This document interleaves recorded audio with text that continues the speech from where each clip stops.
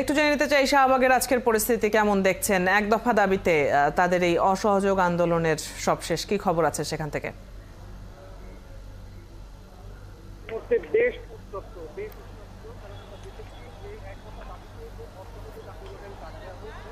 শাহবাগের পরিস্থিতি এই মুহূর্তে বেশ উত্তপ্ত। এক দফা দাবিতে যে অসহযোগ আন্দোলনের ডাক দেওয়া হয়েছে বৈষম্য বিরোধী ছাত্র আন্দোলনের ব্যানারে, সেই অসহযোগ আন্দোলনের কেন্দ্রীয় কর্মসূচির অংশ হিসেবে শাহবাগে আজকে বেলা 11টায় বিক্ষোভ সমাবেশ হবার কথা ছিল এবং গণ অবস্থান কর্মসূচির ঘোষণা কিন্তু দেওয়া হয়েছিল। আমরা সেই ঘোষণা অনুযায়ী দেখেছি যে সকাল 10:30 থেকে এখানে বৈষম্য বিরোধী ছাত্র আন্দোলনের ব্যানারে বিপুল সংখ্যক মানুষজন, শিক্ষার্থী, ছাত্র জনতা তারা শাহবাগ মোড় অবরোধ করেছেন। 10:30টার পর থেকে আমরা দেখেছি যে পুরো শাহবাগ চত্বর বৈষম্য বিরোধী ছাত্র আন্দোলনের দখলে রয়েছে। তারা এই জায়গাতে অবস্থান নিয়ে আছেন। সকাল 10টার পর থেকে আমরা দেখছিলাম যে এখানে আপনার সরকার সমর্থক কিছু লোকজন তারা জাতীয় জাদুঘরের সামনে তারা এখানে অবস্থান নেওয়ার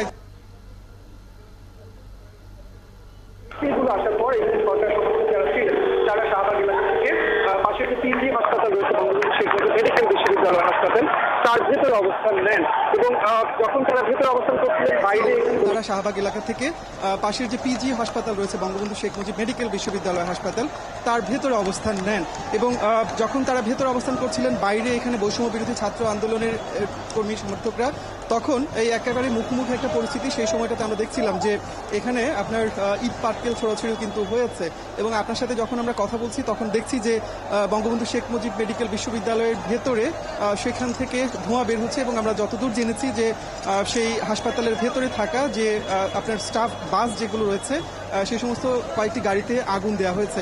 সেই আগুন আসলে কারা দিয়েছে সেটি আমরা আসলে বাইরে থেকে এখন পর্যন্ত নিশ্চিত নই, তবে দেখছি যে সেখান থেকে কিন্তু ধোঁয়া উঠছে। আর পুরো শাহবাগ চত্বর একদিকে কাঁটাবন, অন্যদিকে আপনার মৎস্য ভবন মোড়, পাশে ইন্টারকন্টিনেন্টালের যে সড়ক, এই পুরো চত্বরটি আমরা দেখছি যে এই মুহূর্তে এক দফার দাবিতে ছাত্র জনতা তারা দখলে দিয়েছে এবং তারা তাদের এক দফা দাবির পক্ষে এখানে স্লোগান দিচ্ছেন।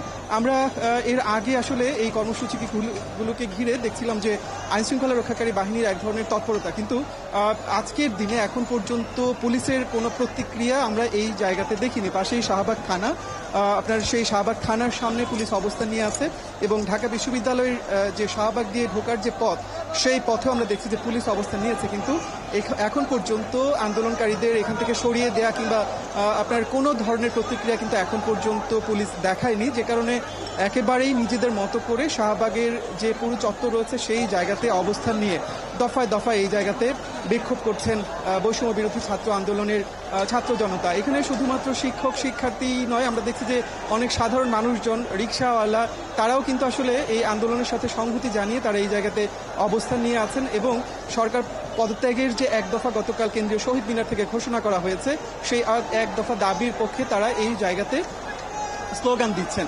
আর আরেকটি ব্যাপার একটু জানিয়ে রাখি যে এখানে আপনার কেন্দ্রীয় কর্মসূচি গতকাল সমন্বয়কদের পক্ষ থেকে জানানো হয়েছিল যে এখানে কেন্দ্রীয়ভাবে একটি বিক্ষোভ সমাবেশ হবে। এর পাশাপাশি রাজধানীর পাড়া মহল্লায় বিভিন্ন পয়েন্ট যেগুলো রয়েছে গুরুত্বপূর্ণ পয়েন্ট, সে সমস্ত জায়গাতেও যেন ছাত্র জনতা অবস্থান নেয় এবং অসহযোগ আন্দোলনের পক্ষে এক দফা দাবি আদায়ে সবাই যেন পথে নেমে আসে, সেই দাবি কিন্তু সেই আহ্বান কিন্তু গতকাল তারা করেছিলেন। আমরা এখন পর্যন্ত আসলে যতটুকু খবর পেয়েছি শুধুমাত্র স্লোগান দিচ্ছেন। আমরা বেশ কয়েকজনের সাথে আসলে এখন পর্যন্ত কথা বলবার সুযোগ পেয়েছি। আসলে তারা যেটি চেষ্টা করে বলছেন যে কোটা আন্দোলন এবং শিক্ষার্থীদের একটি শান্তিপূর্ণ আন্দোলনকে যেভাবে দমন-পীড়ন করে মনির, আমরা নিশ্চয়ই ফিরবো আপনার কাছে। শাহবাগ থেকে সহকর্মী মনির মিল্লাত আমাদের সাথে যুক্ত ছিল।